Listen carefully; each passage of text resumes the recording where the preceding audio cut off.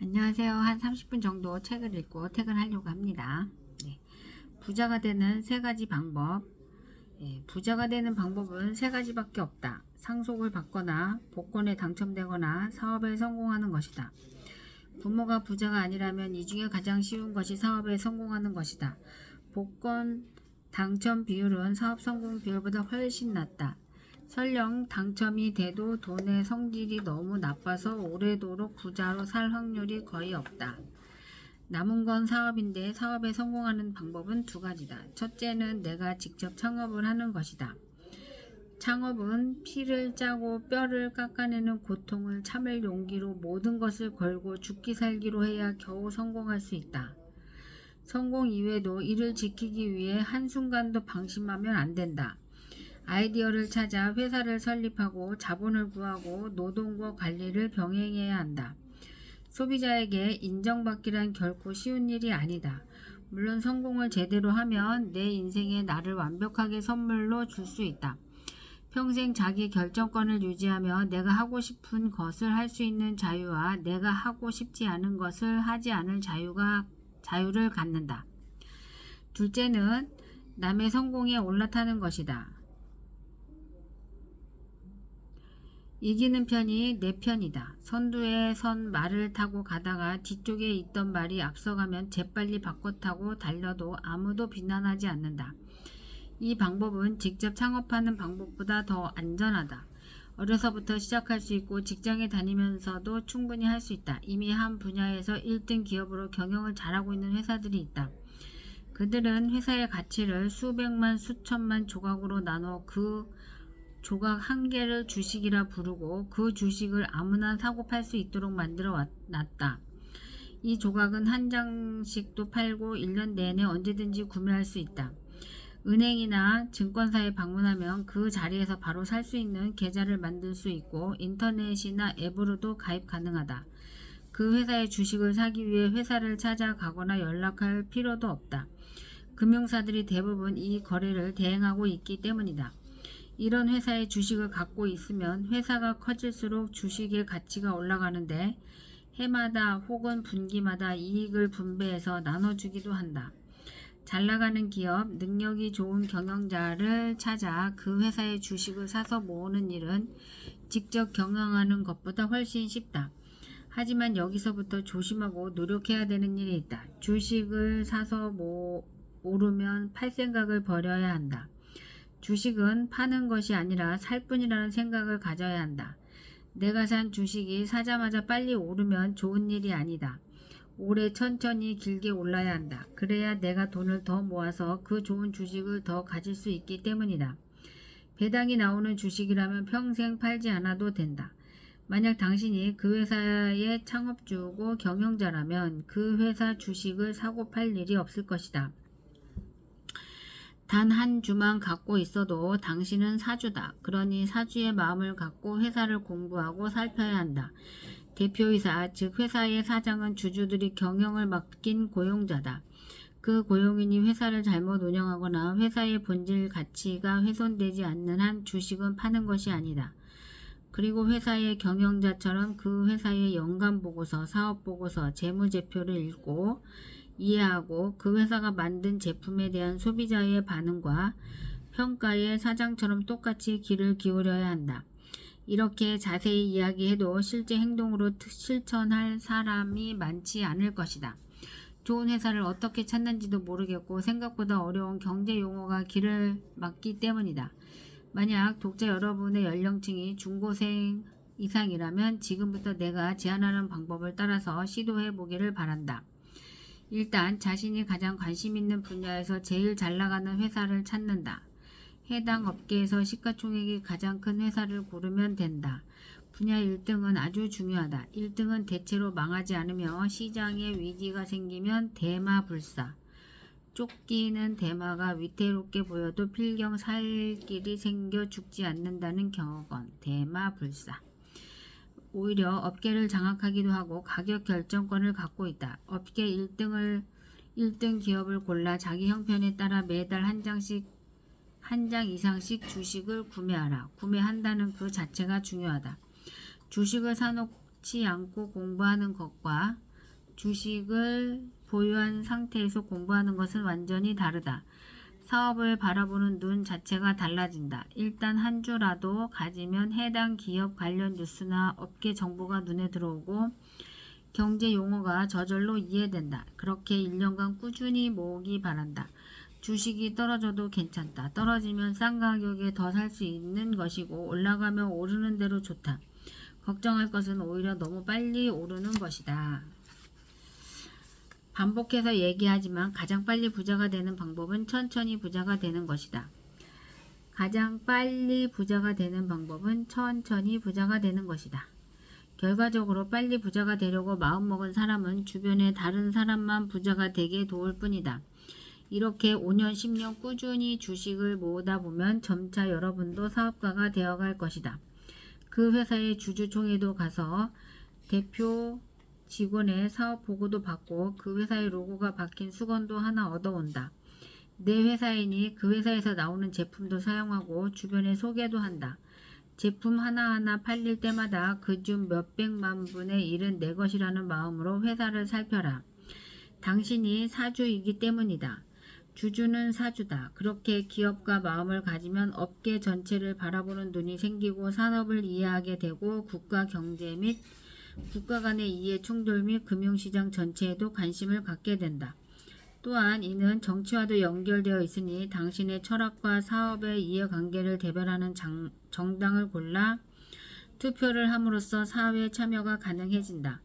일찍 시작할수록 더 좋다. 만약 10대나 20대부터 이렇게 산업을 보는 눈을 키워가면서 직장생활 중에도 끊임없이 투자를 이어간다면 40세 정도면 자본이 근로소득을 앞서는 날이 올 것이다. 동료들은 그때부터 꺾이겠지만 당신은 자유를 얻는 부자가 되어 있을 것이다.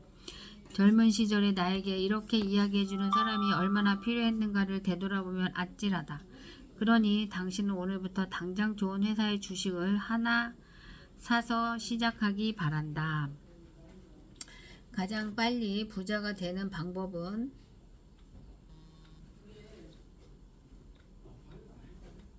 빨리 부자가 되려는 마음을 버리는 것이라는 내용에 많은 독자들이 감동을 받았다. 그러나 독자들이 가장 뜻깊게 받아들인 이 문장은 그들이 가장 이해하지 못하는 문장이기도 했다. 책이 발간된 후 제일 많이 인용된 문장이지만 이를 이해하지 못하는 독자들에게 여전히 빨리 부자가 되기 위해 투자 종목이나 투자 시기를 묻는 연락이 왔다. 같은 내용을 읽어도 배우는 사람은 배우고 못 배우는 사람은 여전히 이해하지 못한다는 것이 가장 안타까웠다. 돈을 모으지 못하는 이유. 돈을 모으지 못하는 사람의 가장 많은 핑곗거리는 소득이 적어서 쓸 돈도 모자란다는 것이다. 하지만 쓸 돈이 모자라게 된 이유는 미래 소득을 가져다 현재에 써버렸기 때문이다. 이 현재가 시간이 흐르면서 과거로 쌓이면 종국의 현재와 과거 둘 모두 책임져야 하는 상태가 돼버린 것이다. 상황을 이렇게 만들어 놓은 장본인은 자기 자신이다. 쓸 때는 많은데 수입은 적고 그나마 남은 돈도 투자하기엔 너무 적은 돈이라 생각해서 전혀 모으지 못하는 사람이 있다. 그러나 이런 사람은 급여가 많아져도 결국 똑같은 말을 한다. 소득이 늘어난 만큼 소비도 더 많아지고 미래소득, 즉 카드를 여전히 사용한다. 급여가 아주 많거나 사업으로 큰 돈을 벌어도 여전히 똑같은 사람이 많은 것을 보면 이건 수익 규모가 아니라 생활 태도의 문제다. 음식과 주거가 해결되지 못할 정도로 가난한 상태가 아니라면 누구든 저축을 하고 재산을 모아 투자도 해서 부자가 될 수 있다. 단언컨대 신용카드를 사용하는 사람, 물건을 부주의하게 매번 잃어버리는 사람, 작은 돈을 우습게 하는 사람, 저축을 하지 않는 사람, 투자에 대해 이해가 없는 사람은 절대 부자가 되지 못한다. 부는 그렇게 우연히 들렀어도 순식간에 돌아서서 나온다. 절대로 미래 소득을 가져다 현재에 쓰면 안 된다. 신용카드를 잘라버리고 직불카드를 사용해야 한다. 신용카드사에서 주는 포인트는 잊어버려라. 그건 신용카드사가 그냥 선물로 주는 것이 아니다. 포인트의 핵심은 더 사용하기와 포인트 수집용 구매다. 포인트를 모은다는 장점을 이용해서 필요 없는 소비를 늘리고 포인트를 얻기 위해 구매하는 방식으로 소비자를 현혹한다. 이는 마치 달걀을 얻기 위해 암탉을 죽이는 것과 같다. 지금 당장 현금이 없어도 미래 소득으로 구매가 가능하다는 이유로 그깟 몇 프로 안 되는 포인트를 적립받기 위해 소비의 경계를 무너뜨리고 만다. 이때 가장 흔한 변명은 어차피 사야 할 물건이니 포인트를 얻으려면 영리한 것 아니냐는 논리다. 그러나 이 논리가 맞다면 카드사는 포인트 적립 시스템을 이미 없애버렸을 것이다. 카드 사용을 중지하고 이번 달부터 직불카드나 현금을 사용해보면 불필요한 지출이 현저하게 줄어드는 것이 보인다. 실제로 더 많은 이익을 보게 된다. 만원 가치의 포인트를 모으려면 100만원의 소비가 일어나야 하고 그 중에 몇십만원은 필요 없는 지출이다. 카드 사용은 정말 어리석은 짓이다. 물건을 부주의하게 다루는 사람도 절대 부자가 되지 못한다. 물건이나 상품이 무생물이라는 생각이 함부로 다룬다. 그러나 모든 물건은 자연에서 나온 재료와 인간의 시간이 합쳐져 생겨난 생명 부산물이다. 모두 생명에서 온 것이다. 오랫동안 쓰는 물건이나 밖으로 가지고 다니는 물건에는 예쁜 스티커나 레이블 머신을 이용해 자기 이름을 붙여놓는 것이 좋다. 주인의 이름을 단 물건은 그 순간 생명을 가진다.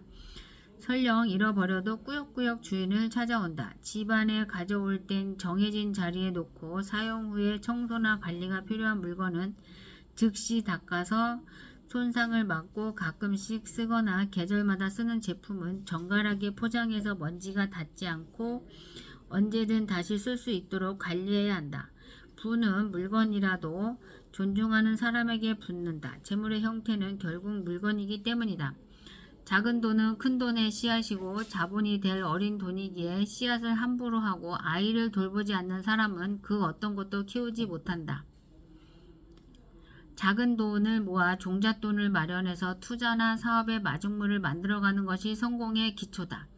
기초를 다지지 않고 지은 건물을 임시가옥이라 부른다. 크게 짓지도 못하거니와 바람만 불어도 날아가 버린다. 모든 투자는 작은 돈에서부터 시작된다. 작은 투자로 시작한 투자 경험이 큰 투자도 가능하게 만들어준다. 자산은 모이면 투자를 해야 한다. 투자하지 않는 돈은 죽은 돈이고 실제로 아무것도 하지 않는 장롱 속의 돈은 인플레이션이라는 독을 먹고 서서히 죽어버린다.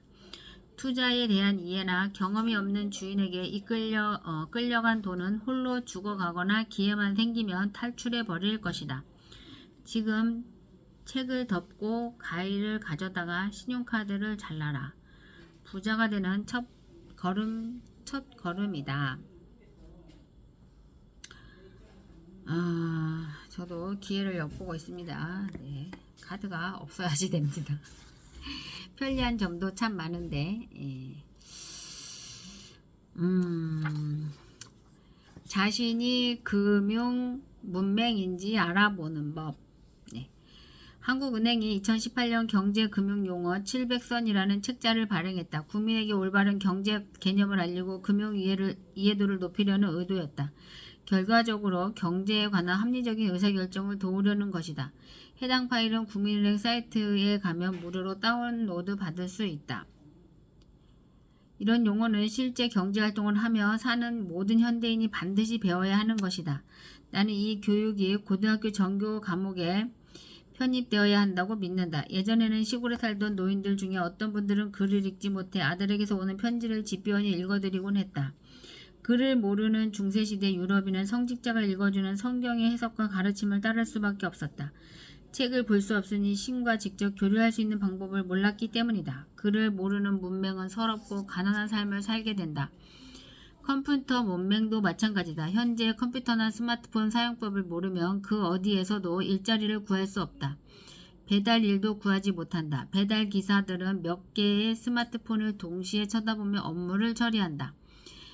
이동은 일의 한 부분일 뿐이다. 스마트폰 사용법을 모르면 정보 세계인 지금 세상에서 낮은 하층민으로 살 수밖에 없다. 요즘은 스님도 카톡을 하고 목사님도 페이스북을 해야 신도들과 교류가 가능한 세상이기 때문이다. 글을 모르는 문맹이나 컴맹 외에 금융 문맹도 마찬가지다. 금융 지식은 생존에 관련된 문제다.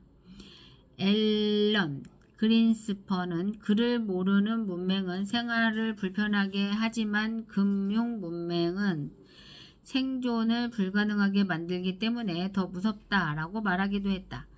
금맹인 사람은 자산을 지키고 늘리는 데 있어 무너진 성벽을 지키는 성주와 같은 신세다. 내 재산을 남들이 가져가려 해도 지키지 못하고 뺏어가도 빼어간 줄도 모른다. 재산을 모으려 해도 내 가치와 상대의 가치를 모르니 매번 터무니없는 값을 지불하거나 헐값에 넘기기 일수다. 그래서 실제 생활에서는 문맹이나 컴맹보다 더 비참한 삶을 벗어나지 못하기도 한다.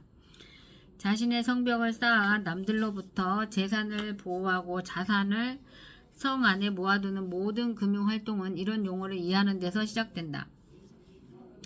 우리나라 성인의 금융이해도를 조사해보면 OECD 평균보다 낮다. 연령대별 이해도를 살펴보면 30대가 가장 높고 그 다음으로 40대, 50대, 20대, 60대, 70대 순으로 나타난다. 월소득 250만원 이하 사람들은 금융이해도는 58점인데 반해 250만원 이상 420만원 이하는 63점이며 그 이상의 소득자는 66점 정도다. 20대와 60, 70대가 금융 사기에 가장 취약하고 투자 위험에 많이 노출되는 것도 낮은 금융 이해력에 기인한다. 수입이 많을수록 금융 지식이 늘기도 하지만 금융 지식이 많아야 소득도 늘고 재산을 지킬 수 있기에 금융 이해력 자체가 대단한 삶의 도구라고 볼 수 있다. 남녀노소를 불문하고 금융 지식이 부족하면 잘못된 투자나 금융 결정을 하기 쉬우며 이런 결정은 결국 스스로를 신용불량자나 빈곤층으로 전락하게 해 사회 전체에 문제가 된다. 여기에 한국은행이 국민이 알면 도움이 되겠다고 생각한 용어 중에서 90여 개만 추려보았다. 이 중에 80% 이상을 이해하고 설명할 수 있다면 당신은 거의 완벽한 성벽을 갖춘 성주다. 만약 50에서 80% 사이라면 긍정적이거나 여전히 공부를 조금 더 하고 투자를 해야 한다. 만약 아는 용어가 50개 이해하고 그동안 아무런 관심이 없었다면 모든 공부를 중단하고 이 용어부터 공부해야 한다. 하루가 급하다. 성벽 밖으로 당신의 돈이 매일매일 쏟아져 내리고 있다. 아무리 열심히 일하고 아무리 성실하게 보초를 서도 아무 의미가 없다. 당신의 노동과 재산은 맥없이 사라져 버릴 것이다. 다음 용어를 잘 읽어보고 내용을 이해하고 남에게 설명할 만한 것에 표시해 보기 바란다. 아는 게 별로 없는 것 같아요.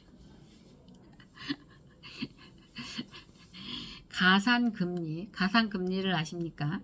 경기 동향지수, 경상수지, 고용률, 고정금리, 고통지수, 골디락스 경제, 공공재, 공급 탄력성, 공매도, 국가신용등급, 국채, 근본위제, 금산분리, 기업공개, 기준금리, 기축통화, 기회비용, 낙수효과, 단기금융시장, 대외의존도, 대체제, 더블딥, 디커플링, 디플레이션, 레버리지 효과, 만기수익률, 마이크로 크레디트, 매몰비용, 명목금리, 무디스, 물가지수, 뮤추얼펀드, 뱅크런, 배불런 효과, 변동금리, 보호무역주의, 본원통화, 부가가치, 부채담보부 증권, 부채비율, 분수효과, 빅맥지수, 상장지수펀드, 서킷브레이커, 선물거래, 소득주도 성장, 수요 탄력성, 수압, 스톡옵션, 시뇰리지, 신용정책, 신주인수권 부사채, 실질임금, 에그플레이션, 양도성 예금 증서, 양적 완화 정책, 엄관리 계좌, 연방준비제도, 연방준비은행, 엥겔의 법칙, 모기지론, 예대율, 옵션, 외환보유액, 워크아웃, 원금 리스크, 유동성, 이중 통화체, 자기자본 비율, 자발적 실업, 장단기 금리차, 장외시장, 전환사채, 정크본드, 제로금리 정책, 주가 수익률, 주가지수, 조세부담률, 주당 순이익, 중앙은행, 증거금, 지주회사, 추심, 치킨게임, 카르텔, 콜옵션, 통화수합, 투자은행, 특수목적기구, SPV, 파생금융상품, 평가절하, 표면금리, 한계비용, 헤지펀드, 환율 조작국, M&A. 수학을 공부하기 위해서는 사칙연산을 배우는 것이 시작이다. 사칙연산을 더 쉽게 이해하기 위해 구구단을 외운다. 영어를 배우기 위해서도 알파벳을 알아야 한다. 대문자와 소문자 모두 외워야 한다. 이것은 학문의 시작이다. 우리는 금융이나 경제를 아무에게도 배울 수 없다. 어느 나라 어느 학교에서도 실제적인 경제교육을 시키지 않는다. 이유는 간단하다. 굳이 가르칠 이유가 없어서이다. 마치 예전에 노예나 노비에게 글을 가르치지 않던 이유와 같다. 글을 배우면 생각이 깊어지고 기억을 정리할 수 있고 문서가 보이기 때문에 다스리는 사람들에겐 아랫사람들이 글을 배우는 것이 달가울 리 없다. 경제 지식도 마찬가지다. 경제적 지식이 많은 사람은 자산가들의 위치를 위협한다. 온갖 투자 계약이 노출되고 주식거래나 은행거래에서 우위에 설 수 없게 된다. 그러나 나는 한국의 중산층이 두터워질수록 국가의 안전망이 확대되며 건전한 사회로 발전한다고 믿는다. 나는 부자가 되고 남들은 가난하면 좋을 것 같지만 그런 나라는 정치와 사회 안전망이 무너져 결국 그 위험을 상위 그룹 사람들이 떠안게 된다. 그러므로 가장 좋은 나라는 중산층이 두터운 나라. 누구나 열심히 노력하면 중산층이 될 수 있고 더 큰 부자가 많이 나타나는 나라다. 그러기 위해서 첫 번째로 해야 할 일은 고등학교 때부터 실물 경제 교육을 시키고 경제 용어를 가르치는 일이다. 교과 과정을 통해 용어만 가르쳐도 수많은 부자가 나올 수 있다. 현재 학교에서 배우는 것 중에 경제 활동에 도움이 될 만한 교육은 회계학이 유일할 정도다.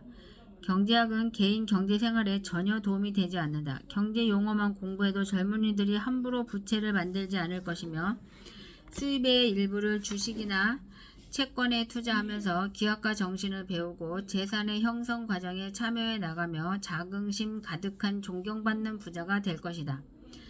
나는 한국의 모든 국민이 위에 열거된 용어를 이해하는 나라가 되면 얼마나 멋질까 상상하며 웃는다. 기자들이 함부로 경제를 핑계삼아 정치적 편향 기사를 쓰지 못하니 엉뚱하게 집을 사거나 폭락장에 바가지를 씌우지도 못할 것이다. 모든 배움의 시작은 용어 이해부터다. 금융 용어를 온 국민이 이해하면 어떤 정치가도 국민을 함부로 하지 못하며 부도덕한 사업가가 설 자리는 점점 줄어들 것이다. 금융 지식은 생존에 관련된 문제다. 고등학교 교과 과목에 금융교육이라는 과목이 생겨 은퇴한 은행, 금융권 지점장들이 모두 선생이 되는 날을 상상해 본다. 다행히 돈의 속성이 출간된 후 한국은행이 경제금융용어 700선을 단행본으로 다시 출간해 주었다. 일부 독자들은 매일 자신의 SNS에 하루에 한 개씩 올려가며 공부를 하는 등 이 글의 긍정적 효과가 눈에 띄었다. 이미 이럴 필요를 느꼈던 경제금융 전문가와 경제 유튜버들은 협력하여 청와대 홈페이지에 중고등학생 교과 과정에 금융 공부를 넣어달라는 청원을 넣기도 했고 최근 유력 대선 후보는 선거 공약으로 학생들에게 금융 공부를 시키겠다고 약속하기도 했다. 이러한 모든 과정들이 결국 대한민국이 앞으로 국민 모두의 자산 안정성과 성장을 이룰 수 있는 중요한 계기가 될 것이라고 믿는다. 만약 대한민국이 금융 공부가 가장 잘된 나라가 된다면 당연히 가장 잘 사는 나라 중에 하나가 될 것이다. 질 높은 경제적 수준의 선진국이 돼 있다는 뜻이기 때문이다. 주식으로 수익을 내는 사람들의 세 가지 특징. 주식으로 수익을 내는 사람보다 손해를 보는 사람이 더 많아 보인다. 아마 사실일 것이다. 모든 자산시장에서 패자가 승자보다 많은 건 보편적 특징이다. 그렇기 때문에 부자는 적고 가난한 사람은 많다. 특히 주식시장에서 패자가 많은 이유는 시장 진입이 자유롭고 적은 금액으로도 투자가 가능한 까닭이다. 사람들은 해마다 불경기라 말하지만 2020년 3월 폭락장에 한국 증권사에서 주식을 매수하기 위한 예탁금은 최근 20년 사이 사상 최고의 규모였다. 2월 말에 31조 원 정도 들어와 있던 것이 3월 말에 41조 원이 되며 10조 원 이상 늘어났다. 한국 연간 총 예산의 10%에 육박하며 서울 아파트 평균 8억 2천만 원 기준으로 5만 채나 살 수 있는 돈이다. 한국인 평균 가구 자산이 4억 원 정도인데 평균 가구 10만 가구의 전 재산과 맞먹는 규모의 돈이 주식을 사겠다고 대기 중이란 뜻이다. 그러나 이 자본들이 모두 수익을 내고 나가지는 못한다. 그들 중에 많은 사람은 손실을 볼 것이고 일부만이 많은 수익을 만들어낼 것이다. 이들 중 손실을 보는 사람들의 특징은 다음과 같다. 첫째, 그냥 따라왔다. 둘째, 무엇을 살지 계획이 없다. 셋째, 돈의 힘이 약하다. 참 이상한 건 재산을 모을 때는 자식같이 아끼고 살피며 모으면서 투자할 때는 가이드 단체 관광이라도 간 것처럼 따라다닌다는 점이다. 피같이 벌어서 물같이 쓰는 셈 아닌가. 남들이 주식시장에 100년 만에 온 기회라니까 단숨에 있는 돈 없는 돈 다 모아서 한시가 급하게 덜렁 보내놓고 본다. 불과 한 달 전만 해도 전혀 생각지도 않았던 주식에 겁없이 거액을 들여보낸 것이다. 그럼에도 계획도 없고 공부도 없다. 경제방송에서 배당주의 국민주라는 소리 들은 것이 전부인데 그 말에 전 재산을 집어넣으려고 하루 이틀도 못 기다리고 안달이다. 남의 집 개 사료 고르는 것보다 성의가 없다. 그렇게 하루 만에 혹은 한두 시간 만에 종목을 결정하는 사람이라면 누군가 한두 마디 하면 바로 나올 것이다. 이런 사람은 조금만 가격이 올라도 1년치 은행 이자를 벌었다며 좋아하다가 그 주식이 더 올라가면 기다리다 마지못해 따라붙지만 다시 조금만 내려와도 무서워서 손해를 보고 나온다. 애초에 마음은 판 가격보다 떨어지면 사겠다는 심사지만 막상 떨어지면 사지도 못한다. 이런 사람은 투자는 물론이고 투기도 못하고 그냥 증권사 수수료나 주고 거래량 늘리는 역할이나 하다가 슬금슬금 통장에서 돈이 아이스크림처럼 녹는 걸 보게 된다. 더구나 모아온 돈에 다음 달 대학 등록금이나 내년 결혼자금 같이 시간에 여유가 없는 돈이 섞여 있다.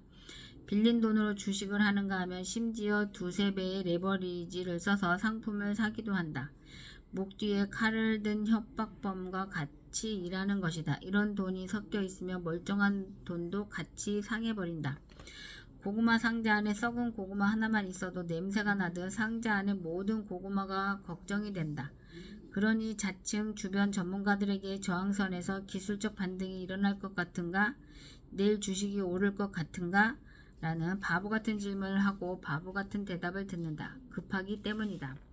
그러나 주식시장을 이렇게 상대하는 사람은 결코 주식에서 돈을 벌 수 없다. 설령 우연히 돈을 벌었어도 그 돈은 다시 주식으로 들어와 결국 원금과 함께 사라져 버린다. 주식시장은 자신을 도박장으로 만드는 사람에게는 가혹한 벌을 내려 재산을 몰수해버린다. 주식시장에서는 주식과 그 주식이 거래되는 이유를 명확히 알고 있는 사람이 장기적으로 돈을 번다. 이들은 시장의 기능을 잘 이해하고 있는 사람이다. 주식을 발행하는 이유는 회사를 만드는데 혼자서 자금을 마련하지 못하니 여러 사람이 나눠서 투자금을 모으기 위함이고 주식은 그 투자금액에 따라 배분하겠다는 약속의 증서다. 처음엔 이 증서가 단순한 분배 가치를 정한 종이일 뿐이지만 중간에 이 종이에 적힌 권리를 사고 팔려는 사람들이 생겨난다. 사고 파는 사람이 많아지자 한 곳에서 정해진 시간에 거래할 수 있도록 만든 게 증권거래소다. 첫 증권거래소 1602년 네덜란드 동인도 회사, 즉 공동투자로 회사를 만들고 주식을 배분받고 회사에 대한 성장 기대가 각기 다른 사람들의 중간에 이 권리를 사고 파는 것이다. 따라서 주식 투자에서 성공하는 사람들은 크게 세 가지 특징을 갖고 있다. 첫째, 자신을 경영자로 생각한다. 투자금을 모아 함께 회사를 만든다고 생각하기에 회사의 본질을 잘 이해하려 든다. 무슨 회사인지 무엇을 할 것인지 어떻게 운영하는지 잘 이해하고 있다. 회계장부와 연간보고서를 꼼꼼히 살핀다. 경영자와 같은 마음으로 시장에서의 회사 역할을 이해한다. 이렇게 자신만의 회사를 머릿속에 만들어 놓으면 다른 사람들의 평가나 걱정에 마음이 흔들리지 않는다.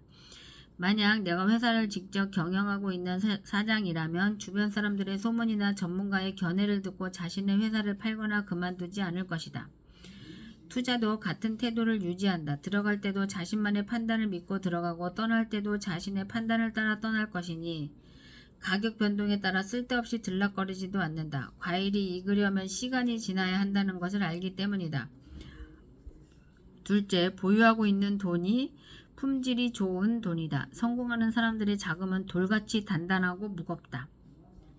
이 돈은 당장 어디로 갈 생각도 없고 오랫동안 그 자리를 차지하고 있어도 편안하다. 오히려 배당이라는 식사만 제공하면 평생 자리 잡고 살 생각도 하는 돈만 모여있다. 당연히 결속력이 강하고 텃세나 위협에 굴복하지 않는다. 그 돈은 앉은 자리에서 주인 행세를 하기도 한다. 이익이 생길 때까지 언제든 느긋하게 기다릴 줄 안다. 셋째, 싸게 살 때까지 기다린다. 진정한 투자는 팔 때를 잘 아는 것이 아니라 살 때를 잘 아는 것이다. 살 때 싸게 사면 파는 건 한결 쉬워진다. 싸게 사는 것은 어려운 일이다. 더구나 좋은 주식을 싸게 사는 것은 쉽지 않다. 그래서 크게 성공할 회사를 아직 크지 않았을 때부터 골라 오래 기다리는 인내와 폭락장에서 한꺼번에 가격이 내려간 주식을 공포 속에서 사 모으는 용기를 가져야 한다. 공포가 퍼져 있을 때는 훌륭한 주식도 헐값에 살 수 있다. 이들에게 폭락이나 불경기는 오히려 호경기인 셈이다. 이런 투자들은 평생 주식시장에서 그 과실을 얻는다. 가만히 생각해보면 세상의 거의 모든 기업이 주식회사 형태로 움직이고 해마다 성장을 해왔다. 그런데 왜 사람들은 주식시장을 합법적 도박장 정도로 생각하거나 제로섬 게임장으로 여길까? 그동안 당신이 주식에서 돈을 잃기만 했거나 별 재미를 못 봤다면 성공하는 사람들의 세 가지 특징 중에 단 한 가지라도 해당되는 부분이 있는지 스스로에게 물어보기를 바란다. 아마도 없을 것이다. 네. 이런 사람들은 성공하는 사람들과 똑같은 가격에 똑같은 주식을 사도 결국 돈을 잃는다. 그래서 진정한 투자자는 친척이나 친구에게도 투자를 권하거나 의견을 말하지 않는다. 어차피 나올 때는 같이 나오지 않을 것이라는 것을 알고 있기 때문이다. 결국 주식 투자는 온전히 자기 자본으로 자기 스스로를 믿는 사람들이 그 결실을 가져가는 시장이다. 얼마나 벌어야 정말 부자인가? 얼마나 벌어야 정말 부자인가? 내가 재산을 지키기 위해서 매일 하는 일.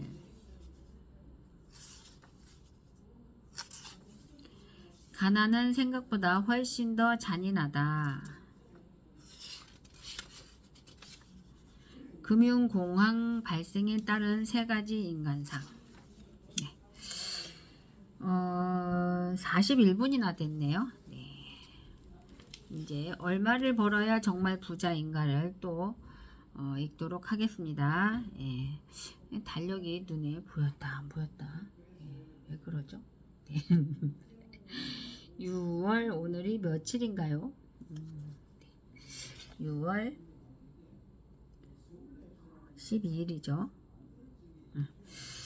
감사합니다. 편안한 밤 되세요. 감사합니다. 구독, 좋아요도 눌러주세요.